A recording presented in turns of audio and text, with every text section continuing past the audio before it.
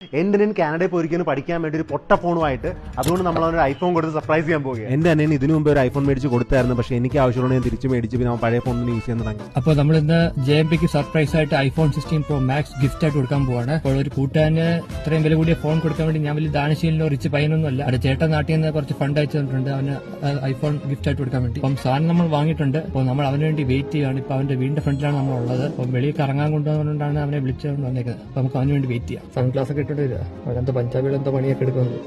എന്തൊക്കെയുണ്ട് വിശേഷം? കുറെ നാളല്ലേ കണ്ടിട്ട്. എന്താ ചുമ്മാ അപ്പൊ എങ്ങനെ പോകുന്ന കാര്യങ്ങളൊക്കെ? നീ സ്വന്തമായിട്ട് തുടങ്ങിയ എന്നെ വെച്ച് പൈസ ഉണ്ടാക്കാൻ. അതിനെ വെച്ച് പൈസ ഉണ്ടാക്കാൻ വിചാരിച്ചു. അത്രയും വെച്ചാണ്. എന്നിട്ട് പറ എന്തി എന്റെ ഫോൺ എന്തി?